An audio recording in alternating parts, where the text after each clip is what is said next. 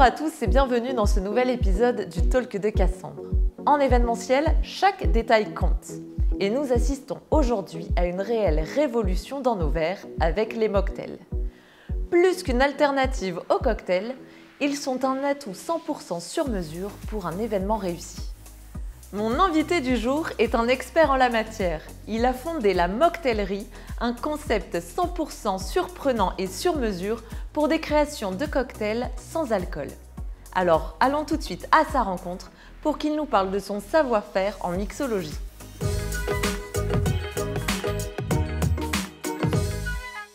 Bonjour Sébastien. Bonjour Cassandre. Bienvenue dans le Talk de Cassandre. Je te remercie. Je suis ravie de te recevoir aujourd'hui. On va pouvoir entrer, plonger dans ton univers. Tu vas nous raconter comment tu as réinventé l'expérience du bar événementiel avec des créations sophistiquées, surprenantes, mais surtout sans alcool. Sans alcool, exactement. Voilà. Alors pour démarrer, je te propose Sébastien que tu te présentes et que tu nous parles un petit peu de ton parcours. Alors, mon parcours, du coup, bon, Sébastien, tu m'as très bien présenté. Mon parcours, du coup, moi, je suis barman de base. Donc, je me suis lancé dans cet univers création cocktail sans alcool en ayant un bagage quand même. C'était mon métier de base. J'ai fait une formation en restauration et des saisons en restauration, grâce auxquelles j'ai beaucoup voyagé, que ce soit en France, en Suisse, en Australie. Et au travers, du coup, de toutes ces expériences de saison, que ce soit... Je travaillais en cuisine également, je travaillais dans tous les postes en salle, beaucoup au bar. Et grâce à tous ces voyages que j'ai pu faire, notamment en Australie, j'ai découvert d'autres façons de travailler que celles que je connaissais de base, celles qu'on m'a inculquées à l'école, et les premières avec lesquelles j'ai appris, que ce soit en brasserie ou autre. J'ai appris à travailler du cocktail haut de gamme dans des bars qui l'étaient tout autant. Et avec ce retour d'expérience, je suis revenu en France il y a maintenant quelques années, enchaîné encore quelques saisons et m'installer depuis 3 ans maintenant dans la région et monter mon entreprise du coup spécialisée en cocktails sans alcool pour événementiel. Et donc qui s'appelle la mocktaillerie. Exactement. Et donc raconte-nous un petit peu l'histoire, comment cette envie de créer des cocktails sans alcool t'est venue, quelle est l'histoire de la mocktaillerie? Alors l'histoire, c'est une entreprise assez jeune encore. Ça m'est venu, pour être honnête, alors comme je te le disais, de mon expérience de base, mais également du fait que je me suis marié il y a maintenant 3 ans, il ne faut pas que je me trompe, sinon ça me regarde. Tout va bien. Voilà. Sinon je ne rentre pas chez moi. Donc je me suis marié il y a 3 ans. Ma femme, alors c'était du coup un mariage avec un mélange de cultures, dans le sens où ma famille est plus franco-polonaise.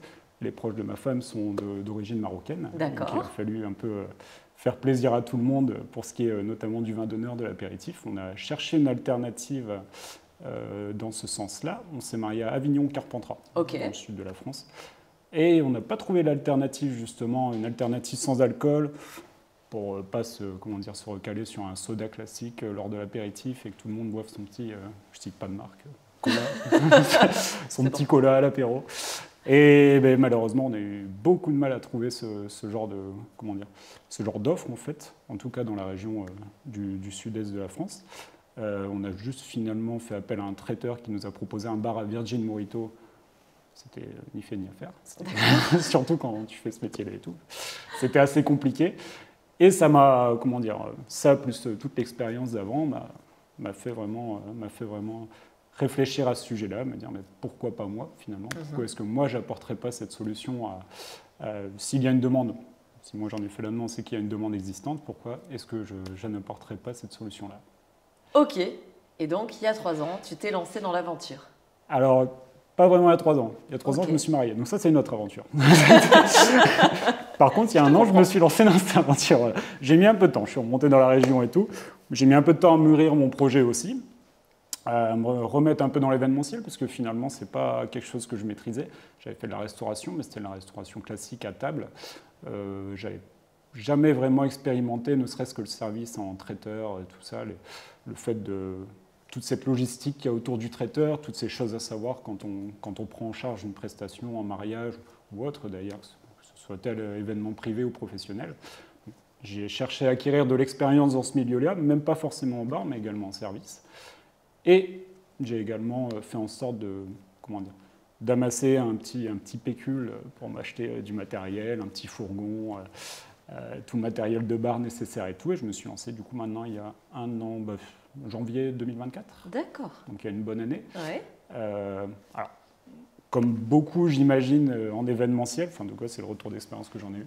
Comme beaucoup de gens dans l'événementiel, je me suis lancé sans trop savoir où j'allais. C'est normal. Voilà. Oh ouais, c'est tout à fait. totalement. Je dis, bon, on verra bien, je vais arrêter d'attendre, je vais y aller, parce que sinon, surtout que enfin, on sait ce que c'est, les saisons des mariages, il faut les anticiper. Donc, déjà, me lancer en janvier, c'était assez tardif pour l'été qui arrivait, mais finalement, on a fait un bel été quand même. Et voilà, donc, ouais, une histoire récente. Mais pour l'instant, c'est que du bonheur. Ouais, franchement, ouais. Et alors, du coup, est-ce que tu travailles tout seul? Alors, du coup, je travaille tout seul. Alors, comment dire, ça m'arrive pour des événements un peu plus importants de sous-traiter, de prendre des auto-entrepreneurs avec moi. J'ai encore le statut d'auto-entrepreneur. Ma femme est auto-entrepreneur, c'est très pratique, d'ailleurs, je tiens à le dire. Donc, elle m'accompagne sur certains événements. Mais bon, généralement, je suis quand même tout seul. Ça dépend vraiment de la demande, de ce qu'il y a en face finalement. Du nombre de personnes, voilà, de convives, etc. Ouais, jusqu'à combien de cocktails tu peux servir toi? Alors là, pour l'instant, avec le matériel que j'ai à ma disposition, je me fixe une limite à 250 cocktails sur un événement, ce qui fait déjà une petite quantité assez sympa. Le but, c'est de grossir aussi, c'est d'acquérir un autre module de bar, d'essayer de me développer avec les années qui viennent. Pour l'instant, c'est ça, 250, donc on est plus sur une clientèle de mariage, on va dire, qu'autre chose. Quelques ouvertures de boutiques sur des événements professionnels, des collaborations assez sympas. Mais voilà, ça se limite à ça pour l'instant. Ça marche. Et après, on a forcément quelques personnes qui peuvent être réticentes au fait de ne pas avoir d'alcool sur certains événements. Ça l'est. Voilà, comment tu arrives à faire changer la donne et à montrer que justement l'alcool n'est pas indispensable pour une belle fête? Alors, bon, du coup, il y a cette partie où il y a de la pédagogie aussi, ouais, expliquer, dire, voilà, c'est vrai que sur certains événements, le fait de limiter l'alcool, notamment au vin d'honneur, quand on parle de mariage, les gens ont toute la soirée pour se rattraper, si vraiment ils veulent fêter ça comme ça. Mais ça permet aussi de limiter un peu la consommation pour certains invités qui peuvent être dérangeants. Et alors, finalement, le concept ne marche pas si mal, parce qu'au-delà du fait de faire des cocktails sans alcool, il y a la composition qui est importante aussi.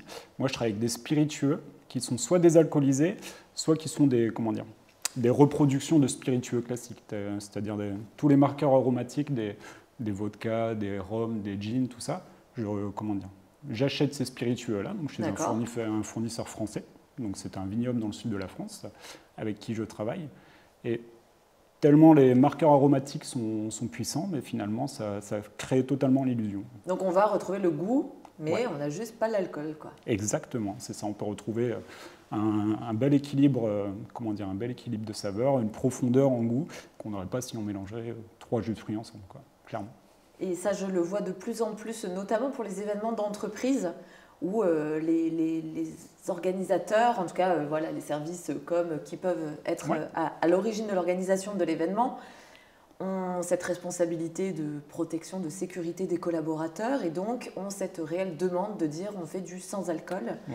Est-ce que c'est une demande que tu remarques de plus en plus également? De plus en plus, oui.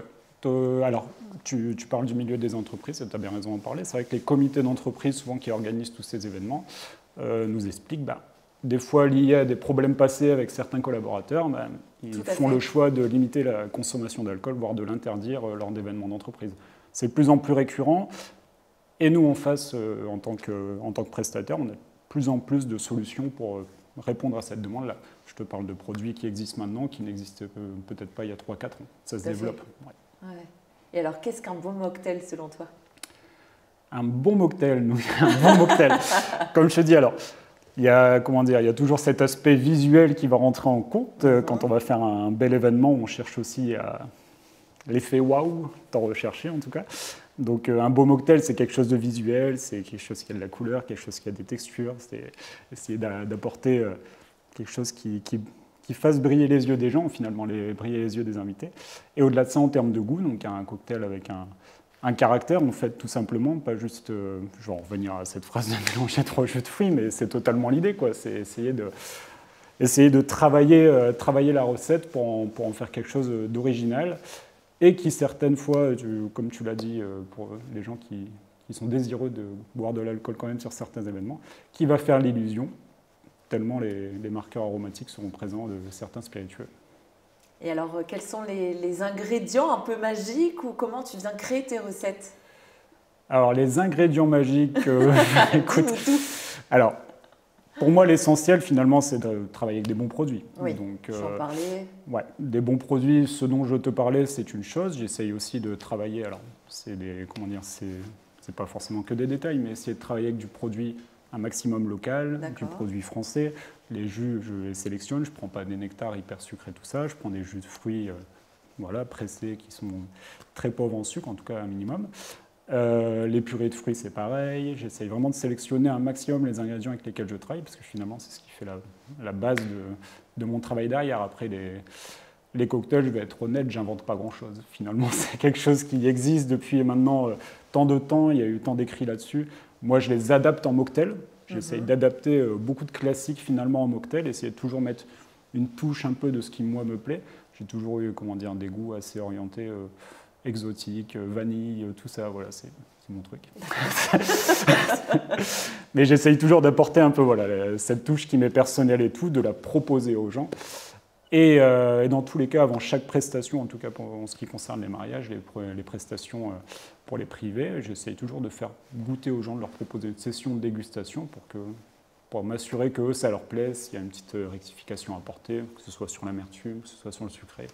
J'essaye toujours de mettre ça en avant aussi, que les gens peuvent un peu personnaliser la chose. Oui, c'est justement, j'allais arriver à cette question-là. Est-ce que tu peux venir personnaliser, alors pour un mariage, pour un événement d'entreprise, peu importe, mais en termes de goût ou en termes de couleur, j'ai n'importe quoi, si c'est une soirée sur une thématique couleur, est-ce qu'on peut imaginer des cocktails ou des mocktails plutôt de telle ou telle couleur? Enfin, tu peux venir avec ce côté personnalisation. Alors, je le propose. Bon, du coup, j'ai édité une brochure d'information là, dans l'année grâce à un graphiste qui a pu m'aider là-dessus. Je le propose directement sur cette brochure. Voilà, si vous avez un thème à respecter particulier, une envie particulière, peut-être un cocktail classique qui vous plaît et que vous souhaiteriez voir être retravaillé en sans alcool, on peut totalement en discuter, je suis ouvert à ça. Moi, quand je propose une prestation à des gens, je leur envoie une liste de cocktails prédéfinis, des recettes que j'ai mises au point avec mes produits. Soit ils en choisissent une, s'il y en a une qui leur plaît parmi cette liste, je leur fais déguster. Soit ils ont vraiment, comme tu me dis, une idée bien précise en tête de ce qu'ils veulent, un thème à respecter, donc peut-être une recette mais avec un visuel en plus un peu plus particulier. Je suis totalement à l'écoute et je fais toujours en sorte de répondre à leurs demandes. Ouais. Très bien. Et donc, est-ce que tu as des exemples un peu d'événements où tes créations ont pu marquer les esprits? Alors, j'ose espérer que ça marque les esprits, mais j'avais fait... Alors, on avait fait avec un ami traiteur, Erwan, qui s'appelle Traiteur de la Métropole, un super ami d'enfance à moi. On avait fait un mariage en Belgique il n'y a pas si longtemps que ça. C'était l'été dernier d'ailleurs. Ok. Mariage à thème Cosmos. Excellent. Wow. Ouais, super. Donc il a fallu essayer de trouver un jouet avec du coup les couleurs de la décoration qui était vraiment super. Le lieu en lui-même était aussi assez incroyable, surtout pour un mariage, ça m'a bluffé. Et du coup, voilà, moi j'avais essayé de mettre en avant ce petit code couleur. On était sur des couleurs assez violines, c'était sympa, il y a une texture de cocktail assez mousseuse et tout. Ça, pour le coup, ouais, c'était vachement sympa. Ouais. Et puis j'avais un petit pistolet à bulles qui fait des petits effets assez sympas et tout. Donc ça rentrait parfaitement dans le thème pour le coup. Donc ouais, je pense que ça a marqué les esprits. J'avais eu des retours très positifs derrière, donc ouais, c'est ça qui me vient en tête. Et un exemple sur le domaine un petit peu plus pro, est-ce que tu as... Alors, un petit peu plus pro, pour être honnête, je n'ai pas encore eu l'occasion beaucoup de faire d'événements professionnels. D'accord. J'ai fait quelques ouvertures de boutiques, des boutiques de prêt-à-porter notamment, de cosmétiques et tout. Où là, par contre, je venais sous un format différent, c'est-à-dire que j'étais, on va dire, un peu mandaté par l'entreprise qui me proposait de poser mon bar directement dans leurs locaux ou devant leurs locaux. Ils faisaient des espèces de journées portes ouvertes et puis moi, j'avais l'occasion du coup de proposer une petite carte de cocktail que je vendais en direct aux clients. Donc là, pareil, c'est encore une autre expérience parce qu'on ne sait pas trop où on va, on ne sait pas ce que ça va donner en termes de rentabilité, en termes de vente. On ne sait pas trop où on va, mais finalement, c'est une super expérience parce que ça permet d'échanger avec plein de gens qui avaient pas du tout en tête de venir boire un cocktail sans alcool en allant s'acheter une petite robe. Et c'est encore mieux, c'est vraiment... ils découvrent et du coup là, on a des super réactions et tout. Jusqu'à maintenant, ça n'a jamais déçu. En tout cas. Bon. Donc, Et bah parfait, en tout cas, merci beaucoup de nous avoir partagé toute ton expérience, ton savoir-faire. C'est un plaisir. Je pense que tu as encore peut-être un peu de dispo dans les prochains mois pour la saison ou alors J'en ai, ça va vite. J'en ai quelques-unes. Ouais, j'en ai quelques-unes. Faut pas traîner du coup. Faut pas traîner. Non, j'en ai quelques-unes encore, bien sûr. Je fais en sorte de satisfaire un maximum. En août, il me reste encore un peu de place, voilà. Et en tout cas, les saisons à venir, sans problème. On te retrouve sur les réseaux sociaux. Ouais. Voilà, je mettrai toutes les petites infos en commentaire pour que tout le monde puisse te retrouver. Merci beaucoup, Cassandre. Voilà. Avant qu'on se quitte quand même, j'ai une dernière petite question. Je t'en prie. Quel est l'événement auquel tu rêverais de participer? L'événement auquel je rêverais de participer. Ouais. Alors aussi bien, soit sur un univers un peu perso ou alors pro, quel est l'événement, si je te dis demain tu as tout pouvoir, quel est l'événement auquel tu aimerais assister?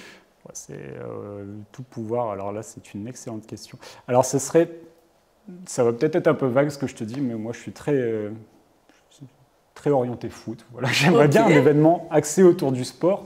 En plus, je trouve que mocktail, bien-être, il y a peut-être moyen de jouer quelque chose là-dessus.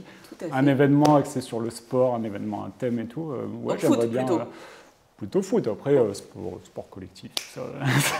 Très plutôt sport, quoi. Ouais, j'adorerais faire ça un jour et puis plancher là-dessus, quoi. Bon. Essayer de trouver un truc raccord avec ça. Et le message est passé, à bon entendeur, hein. À bon entendeur, prochaine, exactement. C'est tout bon. Ça doit le faire. Super, et écoute, encore un grand merci Sébastien et à bientôt. Merci beaucoup Cassandre, à bientôt. C'était le Talk de Cassandre. Merci à tous de nous avoir regardés et rendez-vous dès le mois prochain pour découvrir mon nouvel invité. D'ici là, n'hésitez pas à partager, à liker, vous le savez, vous avez l'habitude. À bientôt!